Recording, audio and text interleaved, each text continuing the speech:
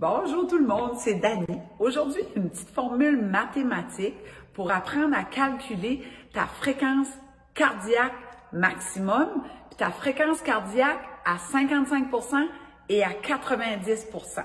Comme ça, on sait où notre rythme cardiaque se trouve. On doit-tu ralentir l'entraînement quand on s'entraîne ou on peut encore pousser? Voici comment.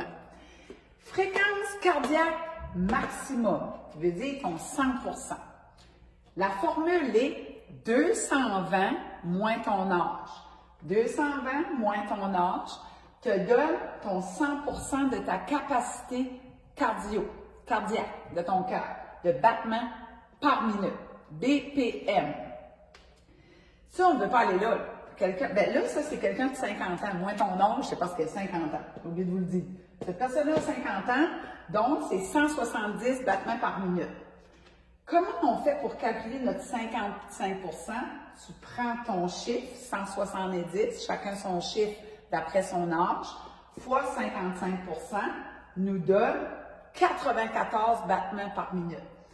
À 90% de sa capacité, 153 battements par minute. Pour cette personne-là, c'est vraiment beaucoup ça. À 90% de ta capacité, là, tu vas te sentir vraiment comme pas bien. On ne peut pas rester là longtemps. Donc, il faut ralentir le rythme, on s'assit, puis on relaxe.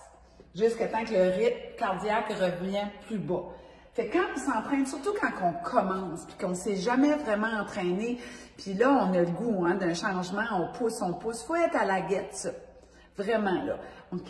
Fait que calculez ça, ça va vous donner un minimum pour s'entraîner qui est 55, puis un maximum qui est de 90. Moi, j'ai 53 ans. Fait que moi, là, je m'ai mis une alarme sur mon téléphone à 150.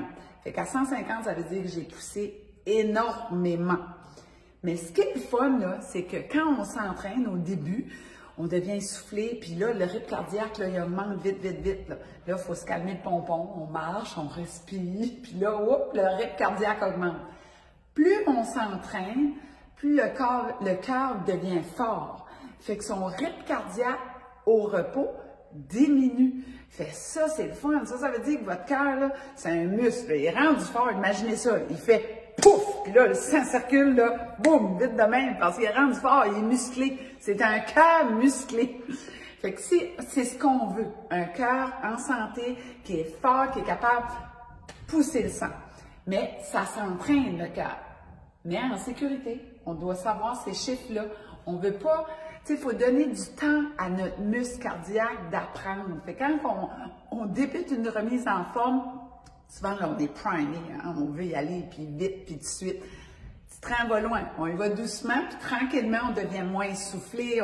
Puis un bon signe, là, c'est que avant tu montais les marches, tu as des marches chez vous au travail, tu arrivais au bout des marches, puis fallait que tu t'accotes, puis ça respire, puis tout d'un coup, on s'aperçoit quand on s'entraîne, les mêmes marches, hein? Je suis donc bien pas essoufflée, je suis capable de soutenir une conversation. Bien, ça, c'est des signes que votre cœur est rendu plus fort.